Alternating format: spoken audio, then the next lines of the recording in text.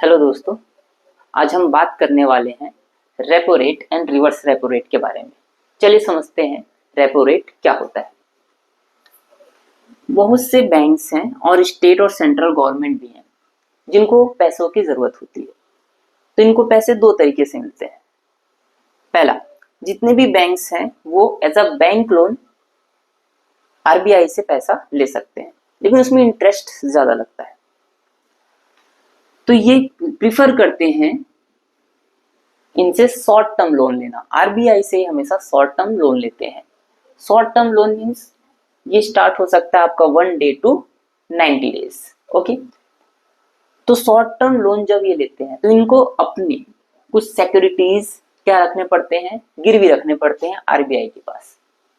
सो जितने भी बैंक्स हैं, प्राइवेट हो गवर्नमेंट हो, ठीक है, जितने भी कमर्शियल बैंक्स हैं, ये अपनी कुछ सिक्योरिटी गिरवी रखते हैं आरबीआई के पास, और आरबीआई इनको क्या देता है, आरबीआई इनको क्या देगा, लोन।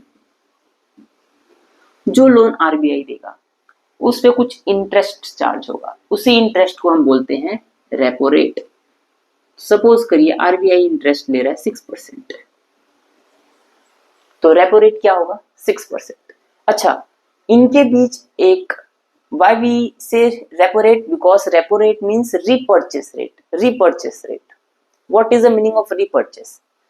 तो जो भी सिक्योरिटी इन्होंने आरबीआई के पास रखा है या जो भी एसेट इन्होंने रखा है यहाँ पर, उसे ये वापस रिपर्चेस करेंगे with in the limited time. ये दोनों के बीच क्या होगा, एक एग्रीमेंट होगा for 10 days 20 days maximum 90 days कि इस इंटरेस्ट पर मुझे लोन चाहिए और ये मैं आपसे एक हफ्ते एक महीने बाद ये वापस से मैं परचेस कर लूंगा।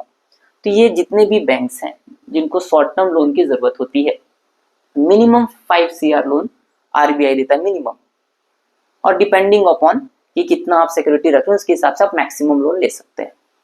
तो कभी भी बैंक को अगर लोन की जरूरत है तो बैंक क्या होता है, आरबीआई से लोन लेते हैं, और जो आरबीआई इंटरेस्ट लेता है इनसे उसे कहते हैं रेपो रेट। याद रखिएगा, एक होता है बैंक रेट। बैंक रेट में बैंक को कोई भी सिक्योरिटी यहाँ पर गिरवी नहीं रखना पड़ता है। याद रखिए, बैंक को बैंक रेट के तौर पे कोई भी सिक्योरिटी गिरवी रखने की जरूरत नहीं है, लेकिन वो रेट हायर होता है, इसलिए गवर्नमेंट प्रेफर करते हैं कि वो कुछ सिक्योरिटी गिरवी रख के कम रेट पर बैंक से लोन ले, और जो रेट होता है उसे हम कहते हैं रेपो रेट। तो करंट जो रेपो रेट है वो अभी है 5.5%। हम रेपो रेट क्यों पढ़ते हैं, क्योंकि यही एक टूल्स है जिससे इन्फ्लेशन को आरबीआई क्या कर सकता है, मैनेज कर सकता है। कैसे, अगर रेपो रेट इंक्रीज हो जाए तो बैंक्स को ज्यादा परसेंट पे लोन मिलेगा, तो कस्टमर को बैंक भी ज्यादा परसेंट पे लोन देगा, जिससे कस्टमर कोई भी चीज परचेस नहीं करेगा। अगर वो परचेस नहीं करेगा तो जो सपोज करिए व्हीकल्स हैं या कार्स हैं, उनको अपना रेट क्या करना पड़ेगा, कम करना पड़ेगा। तो जब भी इन्फ्लेशन बढ़ता है आरबीआई क्या करता है, रेपो रेट बढ़ा देगा।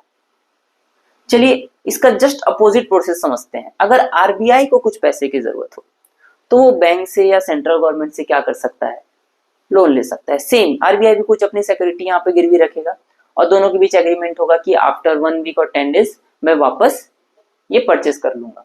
अगर आरबीआई बैंक से लोन लेता है, अगर आरबीआई बैंक से लोन लेता है तो फिर बैंक जो इंटरेस्ट चार्ज करते हैं उसे कहा जाता है रिवर्स रेपो रेट। और रिवर्स रेपो रेट हमेशा मिनिमम 1% कम ही होता है, मिनिमम। तो अभी करंट रिवर्स रेपो रेट आप बताएंगे कमेंट में। अगर ये वीडियो आपको पसंद आए तो लाइक शेयर एंड सब्सक्राइब करें।